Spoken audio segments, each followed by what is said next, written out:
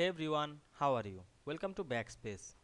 In this simple and beginner friendly tutorial, we will learn how to add the pound symbol or sign in Microsoft Word quickly and correctly. The pound sign is a commonly used in currency formatting, financial documents, accounting reports, and international business writing. In this video, we will discover multiple easy methods to insert the pound symbol using keyboard shortcuts, symbol menu, and Unicode. So you can type it professionally without copying from the internet. So let's get started. At first, you have to open your document. We can see here assignment. Now I go to the insert menu, click the symbol option, go to the more symbol. Then we can see here many symbol. Now I am select the Latin one supplement and select the text is normal. Then we can see here the pound symbol.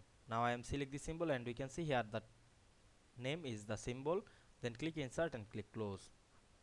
Then here the pound symbol, you can increase the size, go back the home menu and increase the size of the pound symbol. Now we can see we insert the pound symbol using insert symbol option very easily. I hope you understand this process. If this video helped you, don't forget to like, comment and subscribe my channel to get more than important video very soon. Thanks for watching.